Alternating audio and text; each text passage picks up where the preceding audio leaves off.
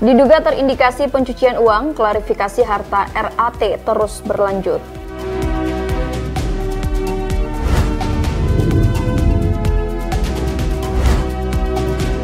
Sebanyak 94% lahan ruas tol Padang Sicincin telah dibebaskan.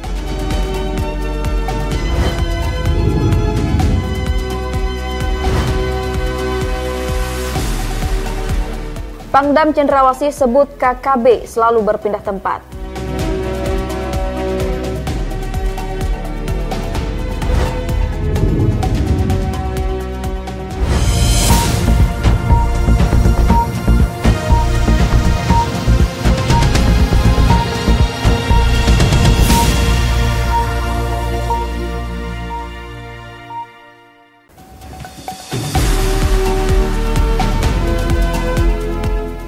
Pemirsa, Anda menyaksikan program Kilas Nusantara Siang, edisi Kamis 2 Maret bersama saya Cahya Sari.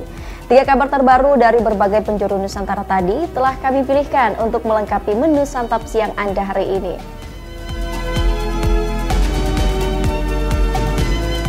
Kita awali Kilas Nusantara Siang dengan informasi mengenai Komisi Pemberantasan Korupsi KPK yang melanjutkan klarifikasi harta kekayaan mantan pejabat pajak Rafael Aluntri Sambodo.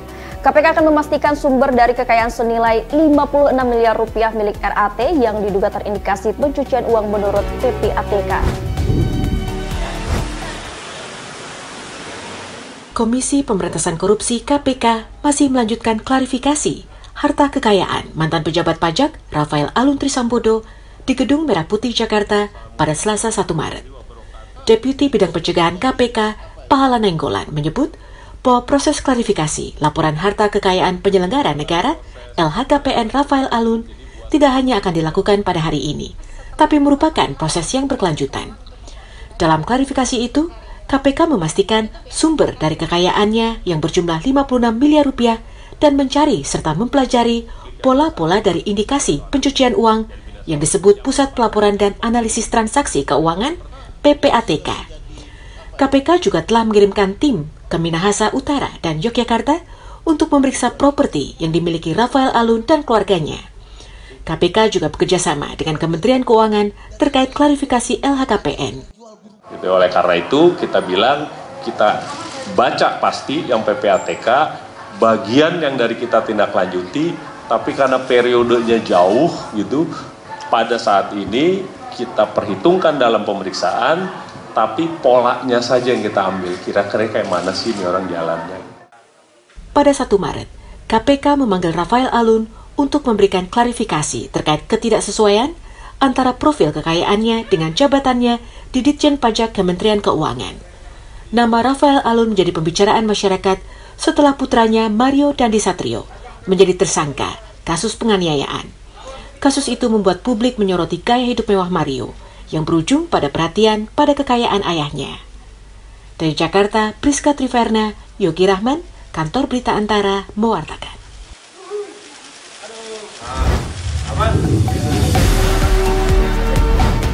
Selanjutnya, pemerintah Provinsi Sumatera Barat telah membebaskan 94% lahan dari 36,6 km ruas tol sesi Padang Sicincin secara administratif.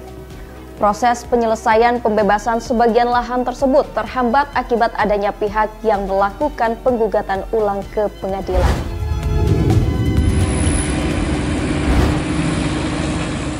Pembebasan lahan untuk pembangunan infrastruktur jalan tol di Sumatera Barat masih terus bergulir hingga saat ini. Upaya konsinyasi harus dilakukan oleh pemerintah Provinsi Sumatera Barat agar kerumitan yang berlarut-larut bisa segera terselesaikan. Pengerjaan proyek yang menjadi bagian tol Padang Pekanbaru ini telah diresmikan sejak tahun 2018 lalu. Walaupun sempat tersendat, namun diharapkan bisa selesai pada tahun 2023 ini. Tim percepatan pembebasan lahan tol Padang Pekanbaru, Safrizal Ucok, yang ditemui usai rapat pembebasan lahan tol di Padang pada Rabu 1 Maret menjelaskan, dari 36,6 km ruas tol sesi Padang Sicincin, 94% diantaranya telah bebas secara administratif. Sisanya masih dalam tahap pengurusan. Safrizal menyebutkan, lambatnya proses penyelesaian pembebasan lahan tersebut disebabkan adanya pihak yang melakukan penggugatan ulang ke pengadilan. Gugatan tersebut terindikasi adanya mafia tanah yang turut campur dalam urusan pembebasan lahan. Kenapa ini masyarakat menyampaikan ada mafia tanah? Pertama, yang menggugat ini tidak sesuku dia. Tidak sesuku, tidak seranji, tidak sepandang kuburan, dan penghulu itu duduk sama rendah tegak semandiri. Dia sama. Itu yang pertama. Yang kedua, yang mengklaim Afrijan ini mengklaim seluruh nenek dia penghulu pucuk, menganggap dia yang punya tanah ini. Syafrizal menambahkan saat ini gugatan yang diajukan telah masuk dalam tahap mediasi di Pengadilan Negeri Pariaman. Apabila mediasi ini berhasil, maka kesepakatan yang diperoleh akan disampaikan ke kantor wilayah BPN Sumatera Barat dengan dasar untuk validasi 35 bidang tanah yang digugat sebagai objek perkara yang dimaksud. Dari Kota Padang, Sumatera Barat, Fandi Ugari, Kantor Berita Antara, mewartakan.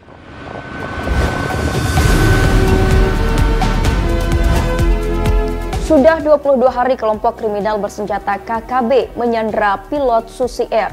Keberadaan pilot Susi Air belum bisa dipastikan karena KKB selalu berpindah-pindah dan telah keluar dari distrik Paro. Terhitung sudah 22 hari, kelompok kriminal bersenjata atau KKB pimpinan Egyanus Kogoya menyandera pilot Susi Air Kapten Philips Mark Martens. Terkait hal ini, Panglima Kodam 17 Cendrawasih Majen TNI Muhammad Saleh Mustafa pada Rabu 1 Maret mengungkapkan keberadaan pilot Susi Air belum bisa dipastikan. Pasalnya KKB selalu berpindah-pindah dan telah keluar dari distrik Paro, Kabupaten Nduga, Papua Pegunungan. Aparat gabungan TNI Polri masih terus berupaya membebaskan pilot tersebut. Prioritas utamanya adalah keselamatan sang pilot.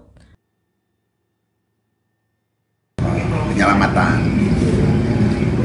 karena sampai negara sekarang juga dari pemerintah New Zealand belum ada kebijakan-kebijakan khusus. Nah, sekarang gitu warga negaranya New Zealand disandra di sini atau ditahan di sini kan, negaranya belum melakukan suatu kebijakan yang. Artinya belum menawarkan tentaranya atau polisinya ikut bergabung di operasi. Tapi komunikasi dengan kita, khususnya tim yang terlibat dalam operasi penyelamatan ini ada.